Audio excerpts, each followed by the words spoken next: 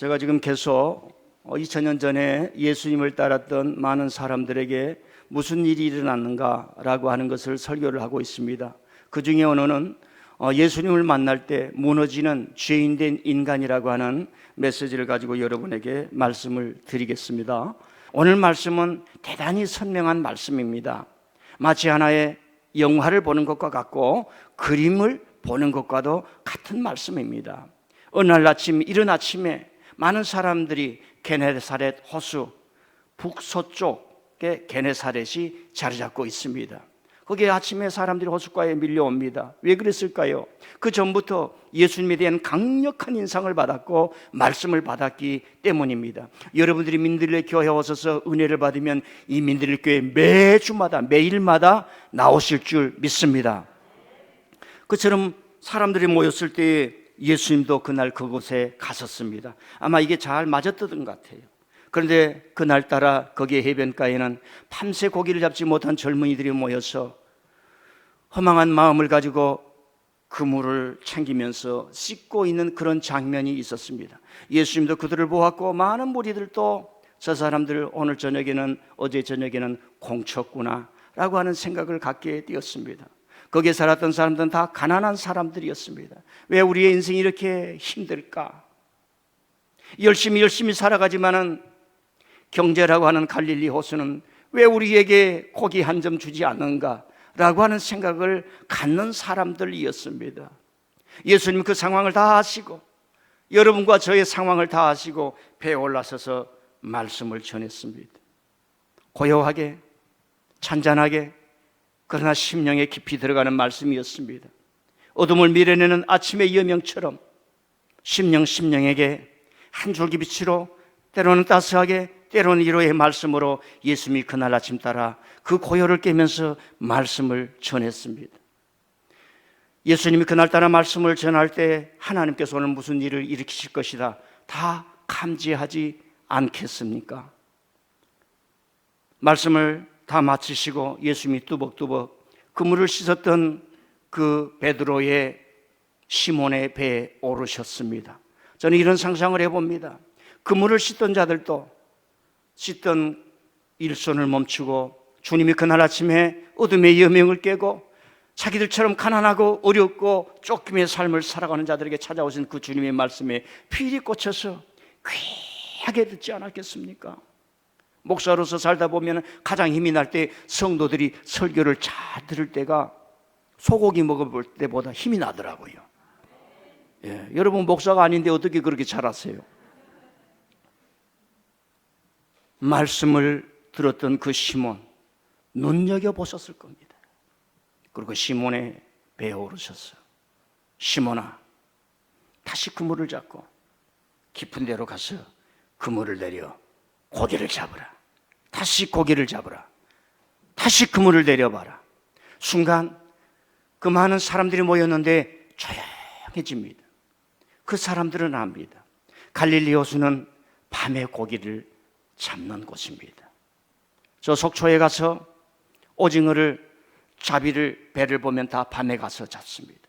그리고 낮에 해가 올라올 때에 갈릴리 바다의 얕은 곳에 그물을 내릴 수 있는 만한 그 얕은 곳에 고기가 다 사라지고 깊은 데로 흩어져서 고기를 볼 수 없다는 그 지역적 상황인데 그날 아침 따라 베드로에게 말씀하는 겁니다.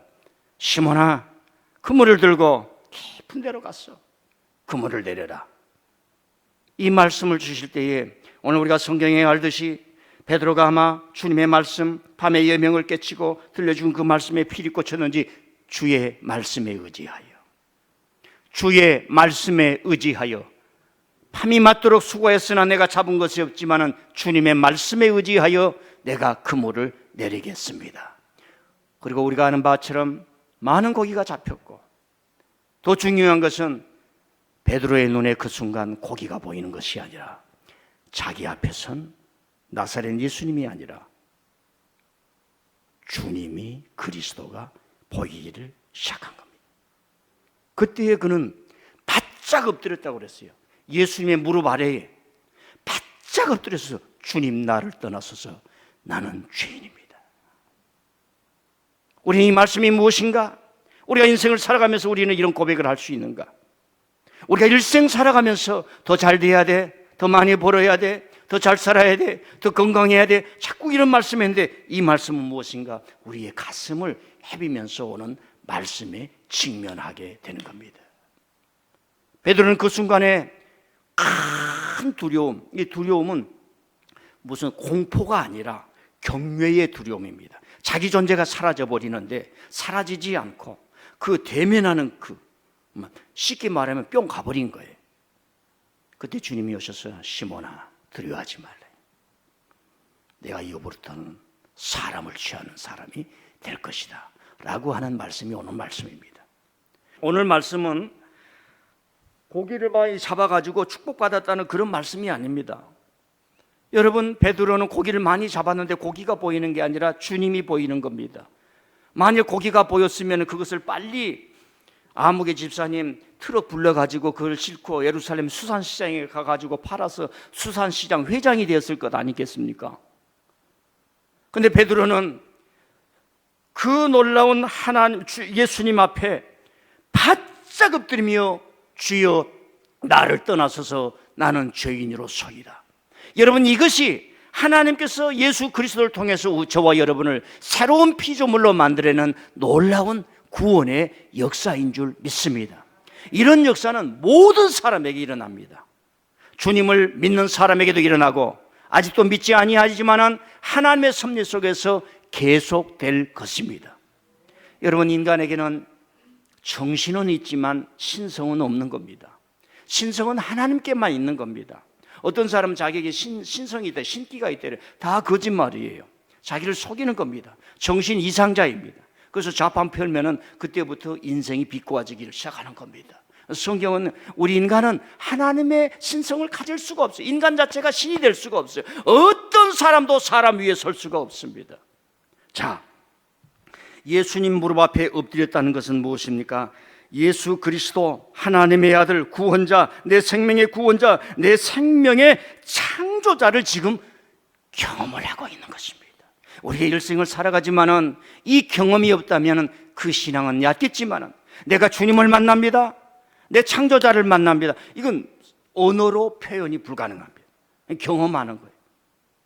사랑을 글로 적어보세요. 잘 우리가 어렵지 않습니까? 너무너무 어려워요. 그걸 하려고 하면은 시인이 돼야 되는데 저와 여러분 시인 되기가 어렵지 않습니까? 언어를 표현하고 리얼리티, 이 실체, 사물의 본성을 글로 우리가 이해하게끔 표현하는 걸 우리는 시인이라고 말합니다. 문학가라고 말합니다. 지금 베드로는 고기를 만나는 게 아니라 나사렛 예수님을 만나는 게 아니라 하나님이 보내신 하나님의 그 하나님됨, 거룩함, 하나님의 신성 앞에 우리는 완전히 무너지고 나는 죄인입니다. 저는 감당할 수가 없습니다. 저를 떠나십시오 라고 하는 말이에요. 저를 떠나라는 말은 멀리 가라는 얘기가 아니에요. 하나님과 저는 이렇게 큰 차이가 있습니다. 구원하여 주시옵소서 라고 하는 말이에요. 여러분, 그래서 구약에는 뭐예요? 하나님의 얼굴을 본 사람은 죽는다고 그랬어요. 두렵다는 얘기지요. 그렇게 하나님과 우리와의 존재가 차이가 나지만은 하나님은 우리에게 다가오시고 그의 성실하심은 영원하시고 그의 공의하심은 영원하시고 그의 진실하심은 영원하시고 예수 그리스도를 통해서 저와 여러분을 찾아오시고 존재가 다르지만 찾아가시고 지금 베드로를 만나주신 예수님, 베드로처럼 우리가 하나님께 직면하면 우리는 나를 떠나소서 나는 죄인으로소이다 하면서 내가 부서지는 겁니다. 내 자아가 부서지는 겁니다. 지금까지 살아왔던 거 필요해서 쌓았지만 정신, 문화, 지식, 건강 모든 것이 사라지는 겁니다. 무너지는 겁니다. 그 경험을 하면서 주님이 새로운 피조물로 만들어주신 그 체험이 일어납니다. 여러분, 우리가 주님을 만나면서 주님을 대면하면서 우리가 부서지고 깨어지고 주님, 나는 주님을 감당할 수 없습니다. 저를 떠나 주십시오. 이 무너짐이 나오면 이상하게 살림이 생기는 거예요. 주님을 만났던 모든 사람들이 병 중에나 가난 중에나 환난이나 핍박 중에도 살아났던 것입니다. 성도라면 이런 은혜를 받는 것 아니겠습니까? 이런 은혜를 추구하는 것 아니겠습니까? 제가 잊어버릴 것 같아서 미리 말하는데 베드로는 이것을 예수님 계실 동안에 계속 체험합니다. 직접 물 위에서 빠지죠. 빌립보, 가이사랴 빌립보 지방에서, 야, 내가 누구냐? 베드로, 너 먼저 얘기해라. 주님은 그리스도십니다. 살아계신 하나님의 아들입니다. 부활 이후에 날 사랑해? 정말 날 사랑해? 계속 무너지는 겁니다. 저와 여러분도 마찬가지다. 한 번의 하나님 체험이 아닙니다. 신앙이 깊어지면은 나를 스스로 무너뜨리고 스스로 비우고 스스로 하나님 앞에 주님 이 죄인을 주님 거두어 주십시오. 나를 써 주십시오. 이 고백이 있을 때마다 우리가 살아가는 거예요.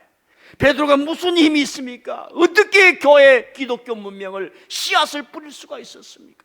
그 많은 회유와 그 속에 어떻게 나아갈 수가 있었겠습니까? 무너졌던 힘, 주님 앞에 바짝 엎드렸던 힘입니다. 우리는 모세를 잘 알지요. 그에게도 푸른 청춘이 있었을 것입니다. 애굽이라는 제국의 궁궐에서 그 제국의 힘으로 세상을 통치할 포부와 푸른 꿈이 있었지 않았겠습니까? 그러나 궁궐의 권력 다툼에서 밀려나고 거기서 견딜 수 없어 사막으로 도망가 거기서 40년을 지내면서 푸른 청춘의 꿈이 사라졌고 그 꿈은 녹슬었으며 희망은 천형으로 변했고 제국의 영명은 한낮 바람에 날리는 모래바람이 되지 않았겠습니까? 성경에서 말하는 하나의 티끌의 존재가 되어버린 겁니다. 여러분, 제국의 왕궁을 호령하던 그 왕궁에서 바람에 날리는 한간 모래알 같은 인생이 되어버렸던 그 체념을 가슴에 짊어지고 40년을 살았을 때 그 절망과 그 아픔과 그 고통은 얼마나 컸습니까? 저와 여러분 알잖아요. 저와 여러분 그 경험하잖아요. 그런데 어느 날 시내 산에서 하나님이 모세야 이렇게 부르는 일이 깜짝 놀란 거죠. 지난 40년 동안 나의 이름을 불러준 사람 한 사람도 없었는데, 교회라고 하는 것이 무엇입니까? 집사님 잘 있지? 우리 기도하자. 새벽기도 나와. 목사님이 전화하는데 왜 안 나옵니까? 열심히 합니다. 감사합니다. 교회 이런 일을 해주셔서 감사합니다. 이렇게 위로하고 격려하고 임마누엘 같이 옆에 있어주는 것이 교회입니다. 이걸 우리는 공동체라고 그래요. 40년 동안 모세야 자기의 존재 이름을 부른 적이 한 번도 없었는데 그 낮의 빛을 깨고 들려오시는 주님의 음성, 하나님의 음성, 모세 무너져 버린 거지. 완전히 무너져 버린 거죠. 나는 아브라함의 하나님, 이삭의 하나님, 야곱의 하나님. 너 아브라함 알지? 이삭 알지? 야곱 알지? 그분들이 어떻게 살았는지 알지?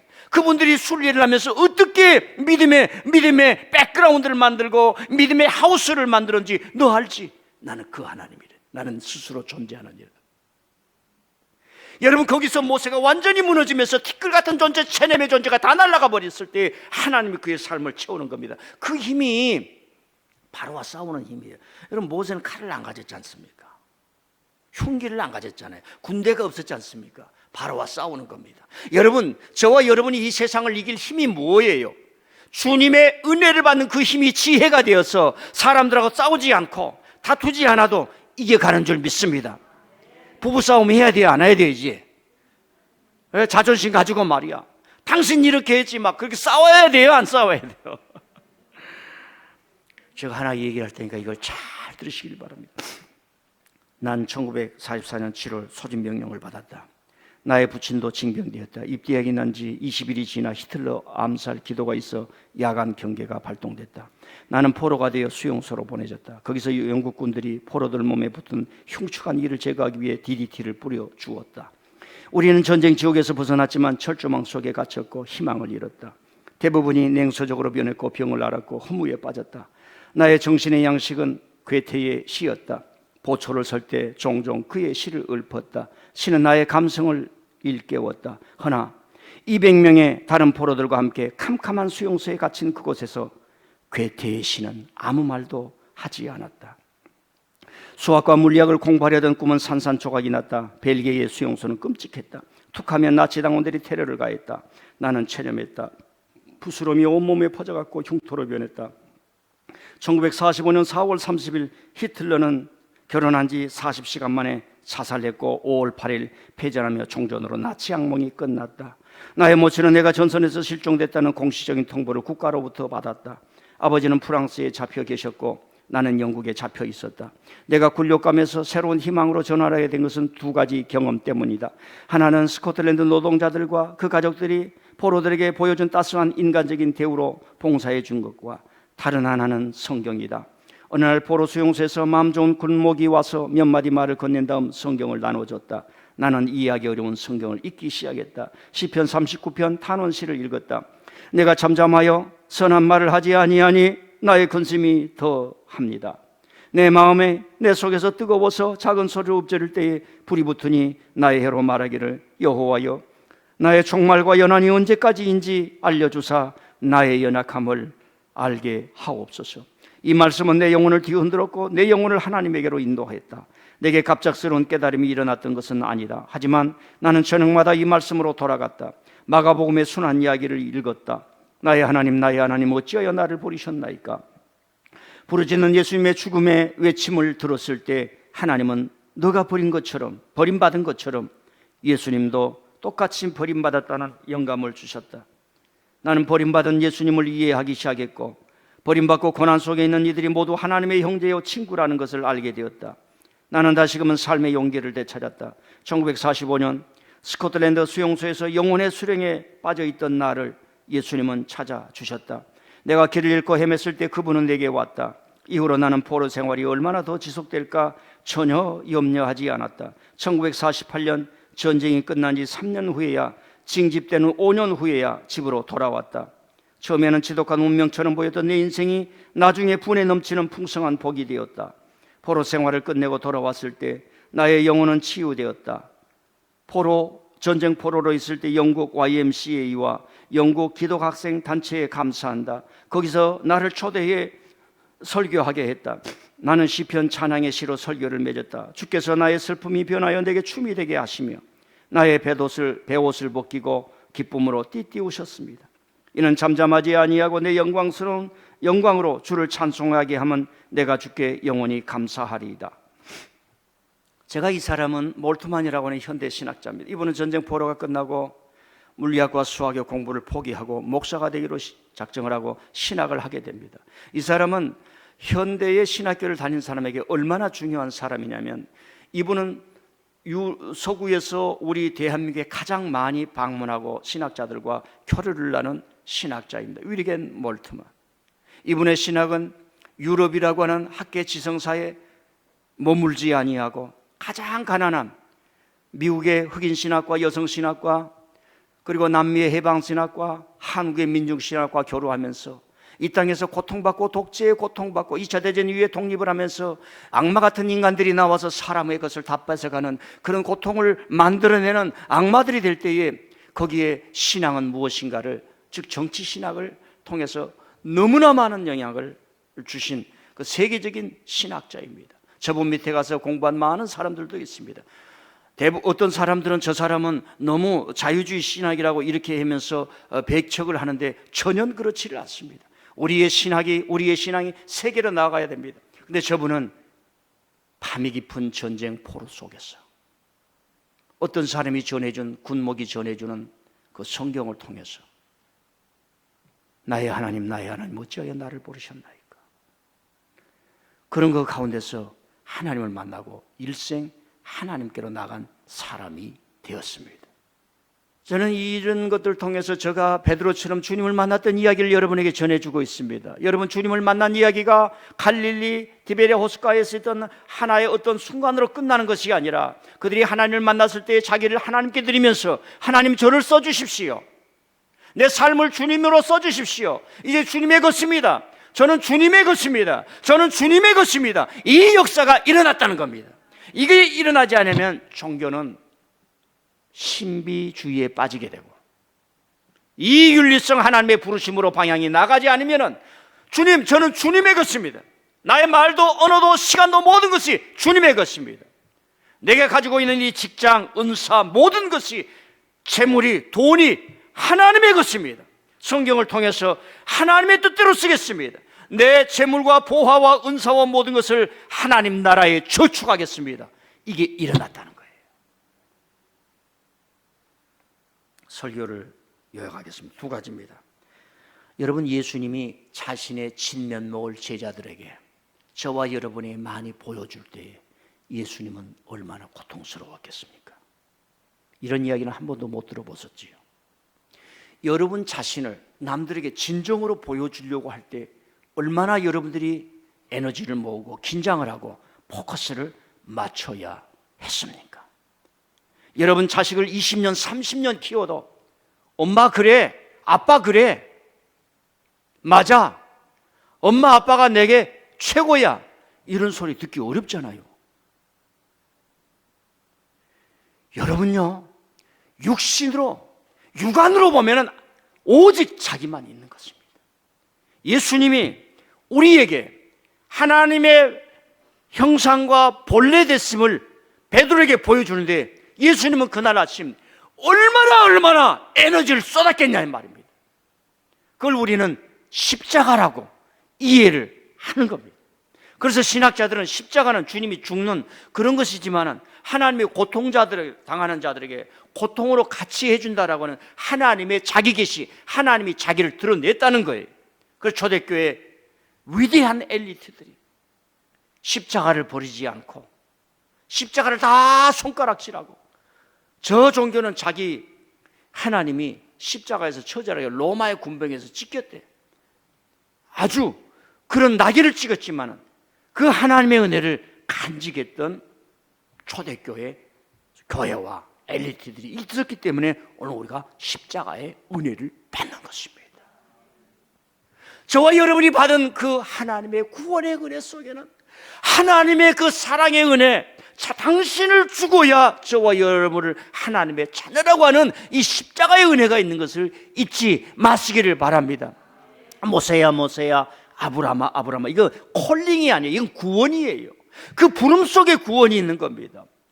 여러분, 우리가 구원받은 응답, 리스판스로 주님은 나의 그리스도이십니다, 주님은 나의 하나님이십니다, 이걸 리스판스로 하는 거지. 그래서 이런 신학을 모르면 구원파처럼 언제 구원받았어요? 여러분, 구원은 하나님에 속하는 것이고, 모세야 동체야 아무개야 그 부른 것 속에 이미 구원이 시작이 되고 구원이 이루어진 줄 믿습니다. 주님은 그리스도시요, 내가 회심의 체험은 그 후에 리스판스요. 두 번째로는 여러분, 우리가 살다 보면 무릎 꿇을 때는 우리가 삽니다. 힘이 납니다. 은혜가 충만합니다. 성령이 충만합니다. 그런데요, 우리가 무릎 꿇지 않고요 바짝 서 있으면요 힘도 없고요 영역도 없고요 세상적이 되고 이기적이 되고 온전히 자기 중심이 되고 걱정, 근심, 분노, 원망이 가득 차요. 하나님의 은혜는 바람과 같은 게 아니에요. 정확한 계획과 섭리와 은혜 속에 여러분이 다가가고 있는데 내가 지금 안 듣는 거예요. 못 듣는 거예요. 귀를 막는 거예요. 음악을 하나 들을 때도 좋은 악기를 통해서 들어보려고 했을 때 모차르트의 그 숨소리가 들리는 것처럼 하나님께 대면하면서 고요한 이날 아침 하나님의 말씀이 꽂혀질 때 하나님의 말씀이 들리면서 주를 나를 써주시옵소서, 이것이 일어나야 되는데 자꾸 엄한 것이 들어가 있고 귀를 막고 안 듣고 안 하고 여러분 다 부서져야 할 줄 믿습니다. 그러면 살아요. 왜 내가 이렇게 힘들게 살지? 안 부서졌으니까. 주님이 새롭게 하는 힘이 없었으니까. 모세가 칼을 찼습니까? 전술 병법의 책을 가지고 그걸 연구해서 바로를 대적했습니까? 하나님을 만나는 힘, 자기가 깨어지고 자기가 부서지고 하나님이 주신 힘, 하나님 앞에 나서 주님, 내가 주님 다시 만나기를 원합니다. 오늘 이 말씀 통해서 주님 앞에 바짝 엎드려 새벽 기도에 바짝 엎드려서 하나님의 말씀은 많았는데 나는 한 번도 그걸 따라 본 적이 없습니다. 하나님은 내게 많은 말씀을 주셨는데 나는 그것을 가슴에 담지 못하고 그걸 실행하고 전진하기 위해서 한 번도 노력해 본 적이 없습니다. 주님, 말씀을 소비하는 자가 되지 않게 하시고 말씀에 무너지고 다시 일어서는 베드로 같은 사람이 되게 하여 주시옵소서. 그러면 살 줄 믿습니다.